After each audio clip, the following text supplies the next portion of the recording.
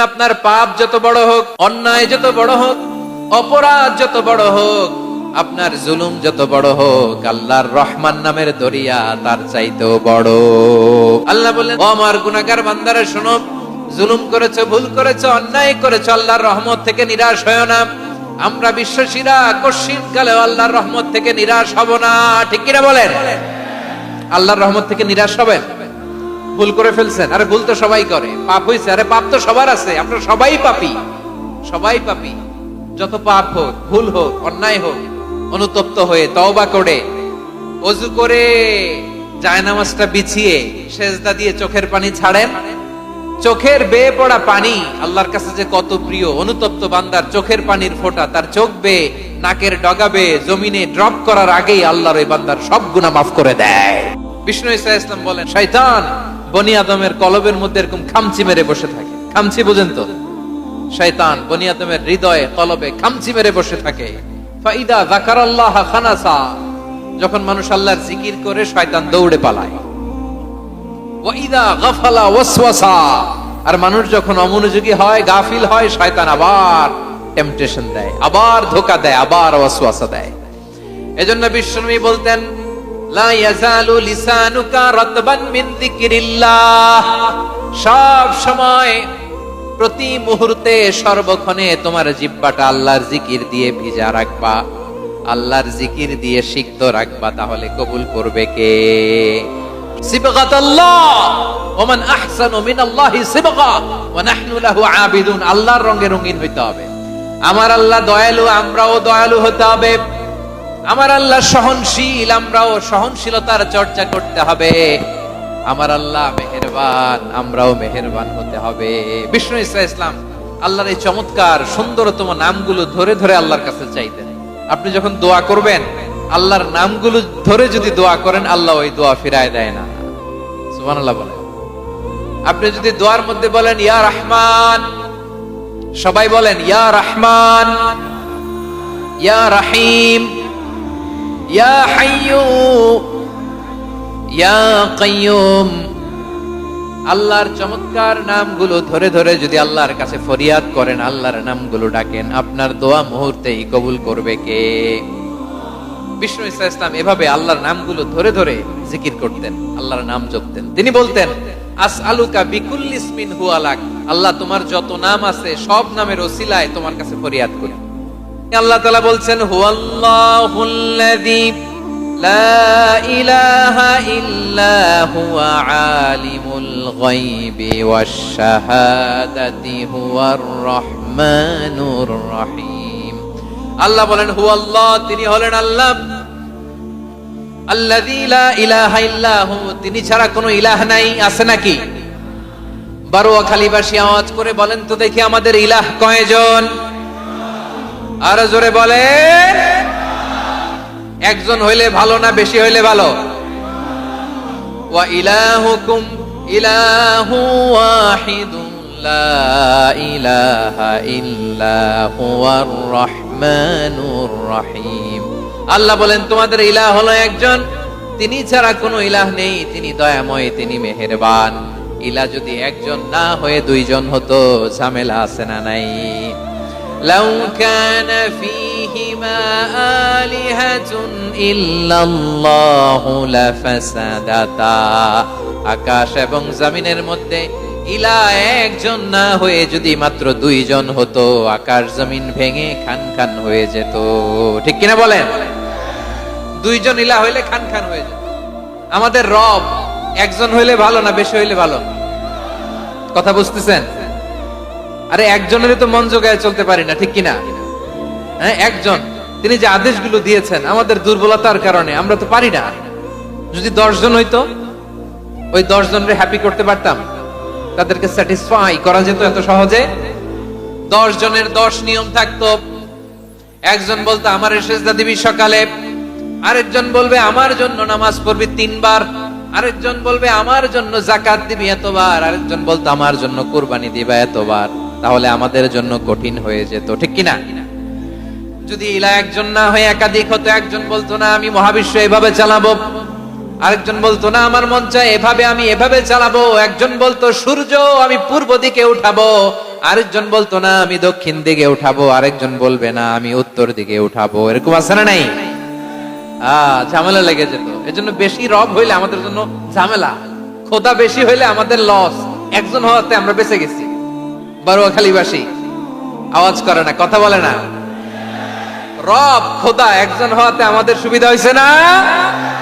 এজন্য আল্লাহ বলেন লা ইলাহা ইল্লাহু, তিনি ছাড়া তোমাদের কোনো ইলাহ নাই, তিনি একজন। লা ইলাহা ইল্লাহু আলিমুল গায়বি ওয়াশ শাহাদা, তিনি প্রকাশ্যেরও মালিক অপ্রকাশ্যেরও মালিক। তিনি যেটা ওপেন এটাও জানেন, যেটা গোপন সিক্রেট ওইটাও জানেন। আলিমুল গায়বি ওয়াশ শাহাদা, তিনি গায়েবের মালিক, গায়েবের জ্ঞানী, যেটা দেখা যায় না, অদৃশ্য, জানা নাই, এটাও তিনি জানেন। এগুলো জানতে তার কোনো মাধ্যমের প্রয়োজন হয় না। অতীতে কি হয়েছে, বর্তমানে কি চলছে, ভবিষ্যতে কি হবে, সব তার জ্ঞানের ভেতরে আছে না নাই? এজন্য আল্লাহ বললেন আলিমুল গায়বি ওয়াশ শাহাদা, তিনি গায়েবের জ্ঞান রাখেন, তিনি দৃশ্য জগতের জ্ঞান রাখেন, তিনি প্রকাশ্য জগতের জ্ঞান রাখেন, তিনি গোপন জগতের জ্ঞান রাখেন। তার কাছে কোনো কিছু গোপন নাই, ঠিক কিনা বলেন? ওয়ার রহমানুর রহিম, তিনি হলেন দয়াময়, তিনি হলেন মেহেরবান। এই যে শুরু হলো 14 নামের প্রথম দুইটা, আর রহমান আর রহিম। ওয়ার রহমানুর রহিম, তিনি হলেন the most gracious, the most merciful, তিনি দয়াময়, তিনি অতিশয় মেহেরবান। সুবহানাল্লাহ বলেন। তার দয়ার কোনো শেষ নাই, তার মায়ার কোনো শেষ নাই। আল্লাহ, তাহলে 14টা নামের মধ্যে কয়টা পাইলাম? একটা কি? আর রহমান। বারোয়াখালীবাসী বুঝে থাকলে আওয়াজ করে বলেন, প্রথমটা কি? 2 নাম্বার আর রহিম। আওয়াজ করে বলেন 2 নাম্বার। আওয়াজ করে সবাই গলা ছেড়ে দিয়ে উত্তর দেন তো, প্রথম নামটা কি? দ্বিতীয় নামটা? আর রহিম।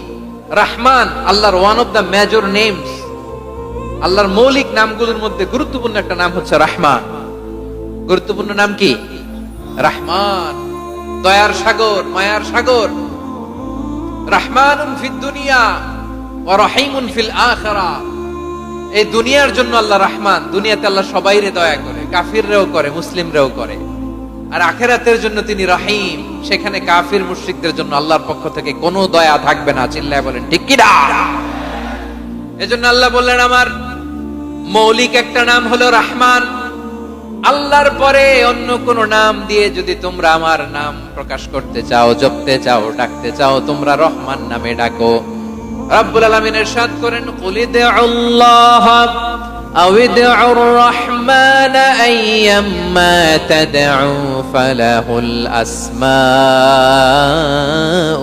হুসনা।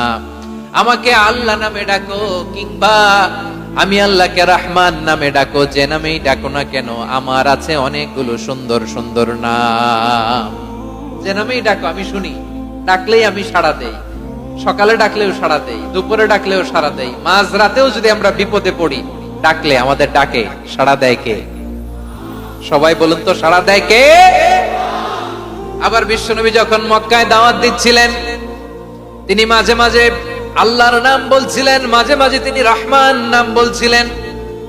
যখন তিনি বললেন ওয়াইদা কিলা লাহুমুসজুদু লিররহমানি ক্বালু ওয়ামার রহমান। বিশ্বনবী মক্কায় যখন মক্কার কাফিরদেরকে, কুরাইশদেরকে বলল তোমরা রহমানকে সেজদা দাও, রহমানের ইবাদত করো, রহমানের জন্য সেজদায় লুটিয়ে পড়ো, মক্কাবাসী বলে রহমান আবার কে? রহমান রে তো চিনি না। রহমানকে আল্লাহ চিনি, রহমান চিনি না। মক্কাবাসী কি বলে? কারে চিনে? আল্লাহরে চিনে। কারে চিনে না? রহমান কে তো চিনি না। রহমান আবার কোত্থেকে আসলো? কে Rahman? Who is this Rahman? যখন তারা বলে রহমান রে চিনি না, আল্লাহর গায়রতে আঘাত লেগেছে। আল্লাহ বলে রহমান রে চিনো না, না? তাদেরকে চিনানোর জন্য আল্লাহ ৭৮ আয়াত বিশিষ্ট আর রহমান নামে কোরআনে একটা সূরা নাযিল করেছেন। যখন মক্কার কুরাইশরা বলে আল্লাহ চিনি, রহমান চিনি না, আল্লাহ বলে রহমান রে চিনো না, তাহলে চিনে নাও রহমান নামে। তিনি ৭৮ আয়াত বিশিষ্ট কালামুল্লাহ মাজিদে একটা গোটা সূরা নাযিল করে দিয়েছেন। তিনি নাযিল করলেন আর রহমানু আল্লামাল কুরআনা খালাকাল ইনসানা আল্লামাহুল বায়ান। দয়াময় রহমান শেখালেন কোরআন, বানালেন ইনসান শেখালেন বায়ান। দয়াময় রহমান শেখালেন কোরআন, বানালেন ইনসান শেখালেন বায়ান। দয়াময় রহমান শেখালেন কোরআন, বানালেন ইনসান শেখালেন বায়ান। পড়েন আল্লাহু আকবার। আল্লাহ বলে রহমান কারে বলে চেনো না, শুনে নাও। ৭৮ আয়াত বিশিষ্ট গোটা একটা সূরাই নাজিল করে দিলাম, সূরাতু আর রহমান। আর রহমান তিনি দয়ালু, আল্লামাল কোরআন তিনি মানুষকে কোরআন শিখিয়েছেন, খালাকাল ইনসান মানুষ বানিয়েছেন, আল্লামাহুল বায়ান মানুষকে কথা বলা বর্ণনা করা শিখিয়েছেন। পড়েন সুবহানাল্লাহ।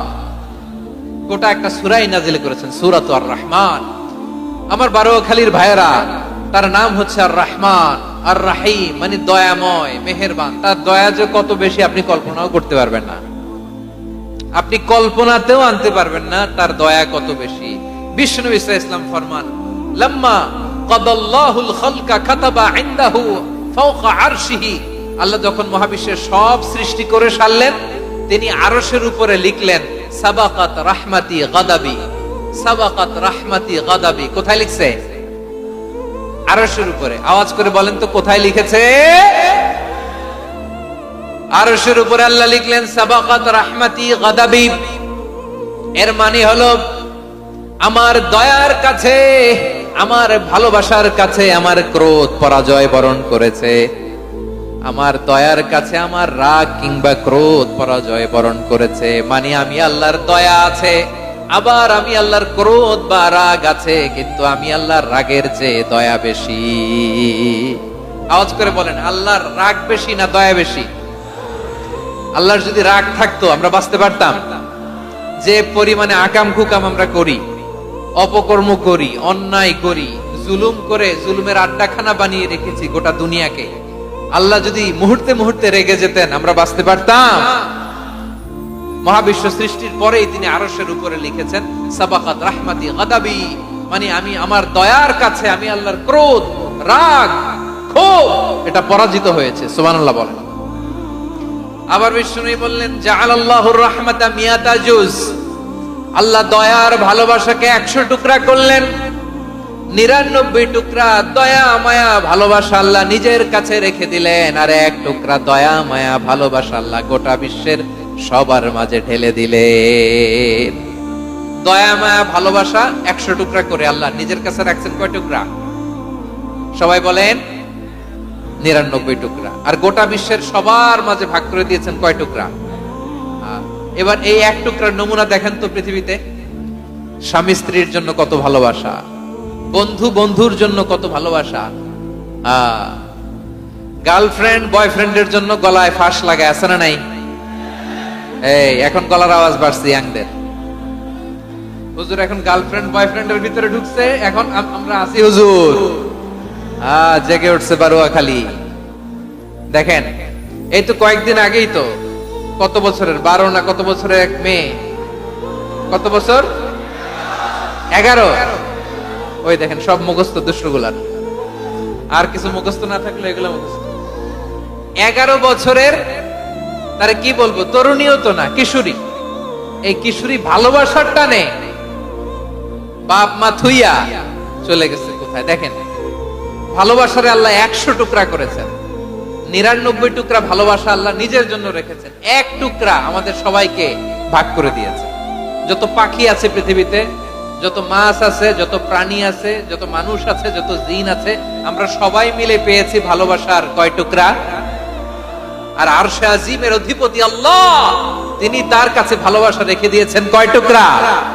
তাহলে এবার আওয়াজ করে বলেন, আল্লাহর রাগ বেশি নাকি দয়া বেশি? আল্লাহ তুমি দয়ার সাগর, রহমানুর রহিম, তোমার দয়ায় পূর্ণ আমার সারা নিশিদিন। সবাই পড়েন, আল্লাহ তুমি দয়ার সাগর, রহমানুর রহিম, তোমার দয়ায় পূর্ণ আমার সারা নিশিদিন। আল্লাহু আকবার।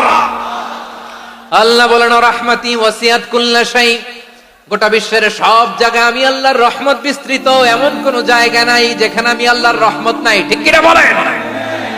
এমন কোন জায়গা নাই আমি আল্লাহর রহমত নাই। আমি আল্লাহর রহমত ছাড়া গাছের একটা পাতা নড়ে না, আমি আল্লাহর দয়া রহমত ছাড়া গাছের একটা পাতা পড়ে না, আমি আল্লাহর দয়া রহমত ছাড়া আকাশ থেকে এক ফোঁটা বৃষ্টি ঝরে না। তিনি হলেন রহমান, তিনি হলেন রাহিম। ঠিক কিনা বলে? আল্লাহরে চিনতেছেন? আলোচনার বিষয় কি? আসুন আমাদের রব কি চিনি। তিনি হলেন আর রহমান, তিনি হলেন আর রাহিম। তার দয়ার কোনো শেষ নাই, তার মায়ার কোনো শেষ নাই। বনি ইসরাইলের এক লোক 500 বছর আল্লাহর ইবাদত করেছে। কয় বছর?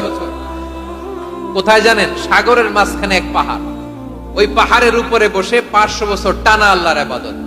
দিনে আর রাতে একবার করে নিচে নামতেন। সেখানে আল্লাহ তাআলা পাথরের ভেতর থেকে তার জন্য মিঠা পানির ব্যবস্থা করে দিয়েছেন, আর একটা ডালিম গাছের ব্যবস্থা করে দিয়েছেন। সকালে নামলে একটা টসটসে ডালিম, রাতে নামলে টসটসে ডালিম। এগুলো খেয়ে খেয়ে 500 বছর সে আল্লাহর ইবাদত করেছে। আর সে আল্লাহর কাছে বলেছে, আল্লাহ আমি যখন মারা যাব সেজদারত অবস্থায় যেন মারা যাই। ঠিকই আল্লাহ সেজদারত অবস্থায় সাইয়েদনা আজরাইলকে পাঠিয়ে দিলেন। সেজদারত অবস্থায় লোকটা মারা গেল। 500 বছর ইবাদতের পরে আল্লাহর দরবারে কিয়ামতের কঠিন ময়দানে যখন লোকটা হাজির হয়ে যাবে, আল্লাহ বলবেন আদখিলু আবদি আল জান্নাতা বিরহমাতি, আমার বান্দাকে আমার দয়া, আমার ভালোবাসা দিয়ে জান্নাতে ঢুকায়া দাও। 500 বছর ইবাদত করছে তো আমার দয়ায় আমার বান্দারে জান্নাত দাও। এই বান্দা বলে বালবি আমালি, আল্লাহ তোমার দয়া লাগবে কেন? আমি আমার আমল দিয়ে জান্নাতে যেতে চাই। কি দিয়ে? কথা বুঝে নাই বোধহয়। আল্লাহর এই বান্দা কি দিয়ে জান্নাতে ঢুকতে চায়? আমল দিয়ে। আল্লাহ বলছে আমার দয়ায় আমার বান্দারা জান্নাতে নিয়ে যাও ফেরেশতারা। এ বলে আল্লাহ তোমার দয়া লাগবে কেন? সেজদা তো কম দেই নাই, জিকির করতে করতে 500 বছর শেষ করে দিলাম, আবার তোমার দয়া লাগবে? আমি তো আবার আমলেই জান্নাতে যেতে পারি। আল্লাহ বলবেন তাই, ঠিক আছে, আমি চাইলাম দয়া দিয়ে জান্নাত দিব, তুমি চাইলে আমল দিয়ে ঢুকবা। ঠিক আছে, তোমার আমল আর আমার যে দয়া দুইটার একটু মাপ দেই। তোমার 500 বছরের ইবাদত এক পাল্লায় রাখো। আর আল্লাহ বললেন আমি যে দয়া করে এই দুনিয়ার নাজ নেয়ামত বিউটি সৌন্দর্য দেখার জন্য তোমার দুটা চোখ দিয়েছিলাম, দুটা নয় একটা চোখ আরেক পাল্লায় রাখো। রাখা হবে, দেখা যাবে ওই 500 বছরের ইবাদত হালকা হয়েছে, আর মুহূর্তের মধ্যে আল্লাহর দেয়া একটা চোখের নেয়ামত ভারী হয়ে গিয়েছে। আল্লাহ বলবেন তোমার কথা মতো মাপ দেয়া হলো, এবার ফলাফল দেখো, হিসাব বলে তুমি এখন জাহান্নামে যাবা। Go to the hell fire, যাও এবার জাহান্নামে যাও। মাপ চোখে যখন আসছো আমার সাথে হিসাব ক্যালকুলেশন, যাও তুমি এবার জাহান্নামে যাবা। এবার লোকটা কাচুমাচু করে বলে আল্লাহ আমি বুঝি নাই, আল্লাহ আমি বুঝতে পারি নাই, খেয়াল করি নাই, তুমি আমারে ক্ষমা করো, তুমি আমারে মাফ করো। ও আল্লাহ এবার আমি টের পেয়েছি, এবার আমি বুঝতে পেরেছি তোমার দয়া ছাড়া দুনিয়ায় কেউ জান্নাতে যেতে পারবে না, কেউ পারবে না। আল্লাহ বললেন ওরে গোলাম তুই তো কিছুই ছিলি না, অস্তিত্বহীনতা থেকে তোরে অস্তিত্বে আনলো কে? ওই ছোট্ট শুক্রাণু থেকে মায়ের পেটে 9 মাস ধরে খাবার দিয়েছে কে? আবার সুস্থতার সাথে দুনিয়ার বুকে তোরে ডেলিভারির ব্যবস্থা করে দিল কে? আবার তোর মায়ের বুকের ভেতরে 2টা খাবারের লাইনের ব্যবস্থা করে দিল কে? আবার তোকে শৈশব পেরিয়ে কৈশোর পেরিয়ে তারুণ্য, তারপরে যৌবন, এগুলো দান করলো কে? তার চেয়ে বড় কথা, পাহাড়ের মাঝখানে সাগরের মাঝখানে 500 বছর ইবাদত করার শক্তি তোর গায়ে দিয়েছে কে? এই সাগরের মধ্যে লোনা পানি, লবণের পানি মুখে দেয়া যায় না, সেখান থেকে আমি পাহাড়ের ভেতর থেকে মিঠা পানির ব্যবস্থা করে দিলাম। ওই জায়গায় তোরে রিজিকের বন্দোবস্ত করলো কে? সকাল বিকাল 2 বেলা টসটসে ডালিম খাওয়ার ব্যবস্থা করে দিল কে? তোর আবদার ছিল আল্লাহ আপনি আমারে সেজদারত অবস্থায় রূহ কবজ করবেন, তোর শেষ আবদারটাও পূরণ করেছে কে? ও গোলাম আমার রহমতের তুলনায়, আমার নেয়ামতের তুলনায় তোর 500 বছরের ইবাদতের কোনো ওজনই হবে না। গোটা বিশ্বের কেউ কোনোদিন আমার জান্নাতে ঢুকতে পারবে না আমি আল্লাহর দয়া ছাড়া। হুয়ার রহমানুর রহিম, তিনি দয়াময়, তিনি মেহেরবান। জিবরাইল আলাইহিস সালাম বিশ্বনবীর এই লম্বা হাদিসটা যখন শোনালেন, আমি যা যা বলছি এটা বিশাল এক হাদিসের অনুবাদ, বললেন, ইয়া মুহাম্মদ, এই দুনিয়ার সবটাই চলে আল্লাহর রহমত দিয়ে। হাদিসের শেষ কথা, সব চলে আল্লাহর কি দিয়ে?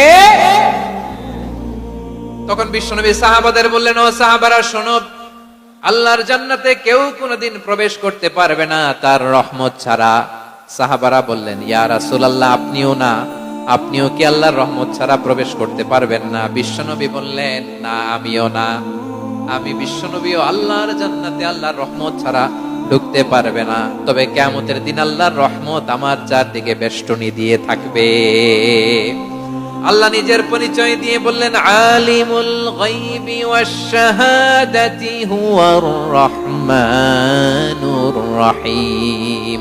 আমি হলাম রহমান, আমি রাহিম। আল্লাহরে চিনছেন? ওবারখালীর ভাইয়েরা, আপনার রবকে চিনতে পারতেছেন? তিনি দয়ার সাগর, তিনি মায়ার সাগর।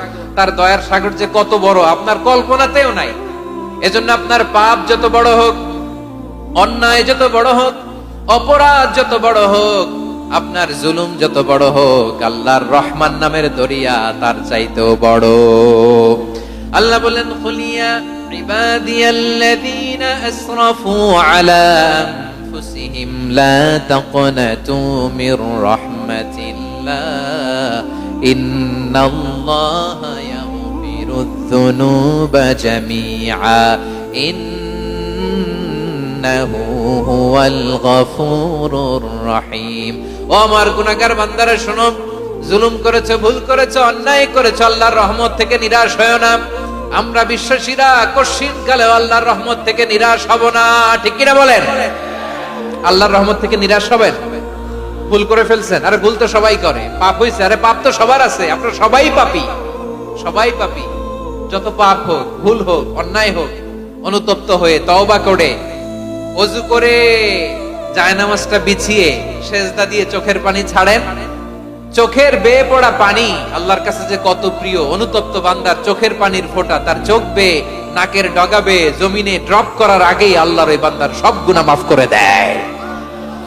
আল্লাহ বললেন, আমি রহমানুর রহিম, আমি দয়াময়, আমি মেহেরবান। এরপর আল্লাহ বললেন, হুয়াল্লাহুল্লাযী লা ইলাহা ইল্লা হুয়াল মালিকুল কুদ্দুসুস সালামুল মুমিন। ওয়াল্লাহুল্লাযী, তিনি এমন আল্লাহ, লা ইলাহা ইল্লাহু, তিনি ছাড়া কোনো ইলাহ নাই। আল মালিক, তিনি হলেন আল মালিক। দুইটা শেষ, আর রহমান আর রাহিম শেষ। এবার আল্লাহ 3 নাম্বার গুণবাচক নামের পরিচয় দিচ্ছেন। আল্লাহ বলছেন, আমি হচ্ছি আল মালিক। আমি কি? মানে সম্রাট। আল মালিক মানে হচ্ছে the king, the king of kings. সব রাজার বড় রাজা, মহারাজা। তার চেয়ে বড় রাজা আর কেউ নাই, তার চেয়ে বড় সম্রাট আর কেউ নাই, তার চেয়ে বড় ক্ষমতাধর সত্তা মহাবিশ্বে দ্বিতীয় কেউ নাই। চিৎকার করে বলেন ঠিক কিনা? তিনি আল মালিক। আল মালিক মানে ক্ষমতাধর, ক্ষমতার মালিক, রাজা ধীরাজ বাদশাহ। তার ক্ষমতা আর আমাদের ক্ষমতা একরকম নাকি? হ্যাঁ, আমাদের দুনিয়াতে ক্ষমতা অস্থায়ী ক্ষমতা, ঠিক কিনা বলেন? আইজ আছে কাল নাই, এরকম না ক্ষমতা? আল্লাহর ক্ষমতাও তো এরকম না, আইজ আছে কাল নাই এরকম। দুনিয়াতে দেখবেন কোন দেশের প্রেসিডেন্টের 4 বছরের ক্ষমতার মেয়াদ, কোন দেশে 5 বছরের। আল্লাহর কয় বছরের? 10 বছরের নাকি 20 বছর, 100 বছর। আল্লাহর ক্ষমতার মেয়াদ কতদিন বলেন? বুঝে থাকলে বলেন তো। চিরকাল তার ক্ষমতার মেয়াদ। চিল্লায় বলেন ঠিক কিনা? নিরঙ্কুশ ক্ষমতা, একচ্ছত্র ক্ষমতা বলতে যা বুঝায়, এই ক্ষমতা একমাত্র আল্লাহরই আছে। আমাদের ক্ষমতার জন্য আমরা ডিপেন্ড করতে হয়, ওর ডিপেন্ড লাগে, ওই জনমত নেওয়া লাগে, ওই জনগণের কাছে যাওয়া লাগে, ভোট চাওয়া লাগে। এরা ভোট দিলে এরপরে আমরা আসবো, ঠিক কিনা? আবার জনগণ না চাইলে আমরা নাই। আল্লাহর ক্ষমতা কি এরকম? হ্যাঁ, আবার দেখবেন দুনিয়াতে ক্ষমতায় যাওয়ার জন্য জোট করা লাগে। জোট, জোটের রাজনীতি আছে না নাই? জোট হয়, শরিক হয়, এই হয়, সেই হয়, নানা ভাবে দুনিয়াতে ক্ষমতায় আসতে হয়। আল্লাহ বলে, আমার ক্ষমতার জন্য কারো উপর বিন্দু পরিমাণ আমার ডিপেন্ড করা লাগে না। সৃষ্টির শুরু থেকে আমি ক্ষমতার চেয়ারে বসা, মহাবিশ্বের শেষ পর্যন্ত, সীমাহীন ভবিষ্যৎ পর্যন্ত আমি ক্ষমতার চেয়ারে থাকবো। আমি হলাম আল মালিক। আমার ক্ষমতার কোনো কমতি নাই, কোনো ঘাটতি নাই। কেউ আমার ক্ষমতা থেকে নামাতে পারবে না। পারা যাবে? এই যে আমরা ফ্যাসিস্ট সরকারের যে আপনারা নামাই দিছেন গণ অভ্যুত্থান করে, মনে আছে? 5ই আগস্টের কথা ভুলে গেছেন এত তাড়াতাড়ি? মনে আছে? আছে। তা আমরা সবাই মিলে যদি একটা গণ অভ্যুত্থান করি, তাইলেই তো আল্লাহর ক্ষমতার চেয়ার থেকে নামায় ফেলানো যায়। হ্যাঁ, যাবে না? পারবো না আমরা? কি বলে, পারা যাবে না? আচ্ছা, আমরা না হয় পারলাম না, জিন জাতি যদি আমাদের সাথে জয়েন করে, ম্যানকাইন্ডের সাথে জিনকাইন্ড, ইফ দে জয়েন আস, সবাই মিলে একটা গণ অভ্যুত্থান, রেভলিউশন, ডেমনস্ট্রেশন, প্রোটেস্ট, সবাই মিলে যদি একটা অভ্যুত্থান করি, তাইলেই তো আল্লাহর ক্ষমতা শেষ। আওয়াজ করে বলেন, তাইলেই কি আল্লাহর ক্ষমতা শেষ হবে? এই যে বারুয়াখালীর ভাইয়েরা, এদিকে কি হচ্ছে আমি তো দেখতে পাচ্ছি, এরকম হইলো কেন? তোমরা খালি বোতল ছুড়লা কেন দু একজনের উপরে? হ্যাঁ, আমার দিকে তাকাও। প্রিয় ভাইয়েরা, শান্ত হন, আমার দিকে তাকান, আর অল্প কয়েক মিনিট আমার দিকে তাকান। কেউ কিছু ছুঁড়ে মারবেন না কারো দিকে, মেহরবানি করে আমার দিকে তাকান। তাহলে আমরা সবাই মিলে একটা গণ অভ্যুত্থান যদি করি, আল্লাহর ক্ষমতা থেকে নামানো যাবে। আল্লাহ বলেন না, আমি হলাম আল মালিক, আসল ক্ষমতার মালিক, the king of kings, the owner of ultimate power, the owner of ultimate authority, the owner of ultimate sovereignty. নিরঙ্কুশ একচ্ছত্র ক্ষমতার মালিক হচ্ছি আমি আল্লাহ। আল্লাহ তাআলা সূরা মুলকের শুরুতে বলছেন, তাবারাকাল্লাযী বিয়াদিহিল মুলকু ওয়া হুয়া আলা কুল্লি শাইইন কাদির। মহিমান্বিত সত্তা, যার হাতে ক্ষমতা, তিনি যা চান তাই করতে পারেন। আওয়াজ করে বলেন তো তিনি কে? আবার আল্লাহ বলেন, কুলিল্লাহুম্মা মালিকাল মুলকি তুতিল মুলকা মান তাশাউ ওয়া তানজিউল মুলকা মিম্মান তাশা ওয়া তুইজ্জু মান তাশাউ ওয়া তুযিল্লু মান তাশাউ বিয়াদিকাল খায়র ইন্নাকা আলা কুল্লি শাইইন কাদির। আল্লাহু আকবার। এ নবী, আপনি বলুন, আল্লাহুম্মা মালিকাল মুলক, আল্লাহ আপনি ক্ষমতার মালিক, তুতিল মুলকা মান তাশা, যাকে চান তারে ক্ষমতার চেয়ারে বসান, ওয়া তানজিউল মুলকা মিম্মান তাশা, যাকে চান তাকে ক্ষমতার চেয়ার থেকে ছুঁড়ে ফেলে দেন। তিনি কে? ক্ষমতার চেয়ারে বসায় কে? আবার মনে চাইলে আস্থা করে ছুঁড়ে নিক্ষেপ করেন, তিনি কে? আবার আল্লাহ বললেন, ওয়ালাম ইয়াকুল্লাহু শারীকুন ফিল মুলকি, আমার ক্ষমতায় কোনো শরীক নাই, কোনো জোট নাই, কোনো পার্টনার নাই, কোনো অংশীদার নাই। আবার আমি চলে গেলে আমার ক্ষমতার দাবিদারও কেউ নাই। আল্লাহু আকবার। এই দুনিয়াতে রাজা মারা গেলে পরে রাজা কে হয়? রাজার ছেলে রাজা, ঠিক কিনা বলেন? আল্লাহ চলে গেলে আরেকজন বসবে নাকি এরকম? তার ক্ষমতার সাথে দুনিয়ার ক্ষমতার কোনো মিলই নাই। এজন্য তিনি তার নাম দিয়েছেন আল মালিক। আল মালিক, the owner of power, the owner of ultimate power and sovereignty, the king of kings, সব রাজার বড় রাজা, মহারাজা আল মালিক, তিনি হচ্ছেন আল্লাহ। চিৎকার করে বলেন ঠিক কি না? তিনি আসল ক্ষমতার অধিকারী। দুনিয়াতে যে আমরা ক্ষমতা নিয়ে কামড়াকামড়ি করি, মারামারি করি, কিয়ামতের দিন আল্লাহ জিজ্ঞেস করবেন, কই তোদের ক্ষমতা আজকে বল। কিয়ামতের সময় সব মানুষগুলো যখন ইন্তেকাল করবে, সব জিনেরা যখন ইন্তেকাল করবে, সব ফেরেশতারা যখন ইন্তেকাল করবে, বাকি থাকবে মালাকুল মাউত। মালাকুল মাউত এসে বলবে, আল্লাহ আপনার কথা মতো সবাই শেষ, মানুষগুলো নাই, জিনগুলো নাই, আমার সতীর্থ ফেরেশতাগুলো নাই, মহাবিশ্বে আর কেউ নাই। আল্লাহ বলে, এখন কে আছে? মালাকুল মাউত বলবে, আল্লাহ তুমি আছো আর আমি। তুমি তো আল হাইয়্যু আল কাইয়্যুম, অবিনশ্বর, শাশ্বত, চিরঞ্জীব, কোনদিন মরবা না, তুমি আছো, আর তোমার গোলাম আমি আছি আজরাইল। মহাবিশ্বে কয়জন আছে মাত্র? জোরে বলেন। এক হচ্ছেন, আর হচ্ছে মালাকুল মাউত। আল্লাহ তুমি আছো, আমি আছি। আল্লাহ বলবে, ঠিক আছে, এবার তোমার মরণের পালা, মুত ইয়া মালাকাল মাউত, হে মৃত্যুর ফেরেশতা তুমি মরো। মালাকুল মাউত আল্লাহর আদেশ বাস্তবায়ন করতে যে বিকট একটা চিৎকার দিয়ে মৃত্যুবরণ করবে। ওই চিৎকার দুনিয়ার মানুষেরা, চিৎকারের আওয়াজ যদি দুনিয়ার মানুষেরা শুনতে পেত, দুনিয়ার মানুষের প্রত্যেকের কানের পর্দা ফেটে মুহূর্তের মধ্যে সব লাশ হয়ে জমিনে পড়ে রইত। ভয়ঙ্কর চিৎকার দিয়ে মালাকুল মাউত বিদায় নিবে, কেউ নাই। এবার বলেন তো, মহাবিশ্বে মহাশূন্য, কেউ নাই, উপরে নিচে সামনে পেছনে ডানে বায়ে কোন সত্তা, কোন জীবিত সত্তার আছে? একজন ছাড়া, তিনি কে? কুল্লু মান আলাইহা ফানি ওয়া ইয়াবকা ওয়াজহু রাব্বিকা যুল জালালি ওয়াল ইকরাম। পড়েন, ফাবিআইয়ি আলাই রাব্বিকুমা তুকাযযিবান। কেউ থাকবে না একজন ছাড়া, একজন ছাড়া। এই ড্রোন দেখে হাত নাড়ালে হবে? আমার দিকে তাকাইতে হবে, কথা শুনতে হবে। মহাবিশ্বে কেউ নাই একজন সত্তা ছাড়া। আওয়াজ করে বলেন, তিনি কে? এবার আল্লাহ ডেকে বলবেন, লিমানিল মুলকুল ইয়াউম, লিমানিল মুলকুল ইয়াউম। ক্ষমতা কার? Who belongs the kingdom today, who belongs the power authority today, who belongs the sovereignty today. আজকে ক্ষমতা কার?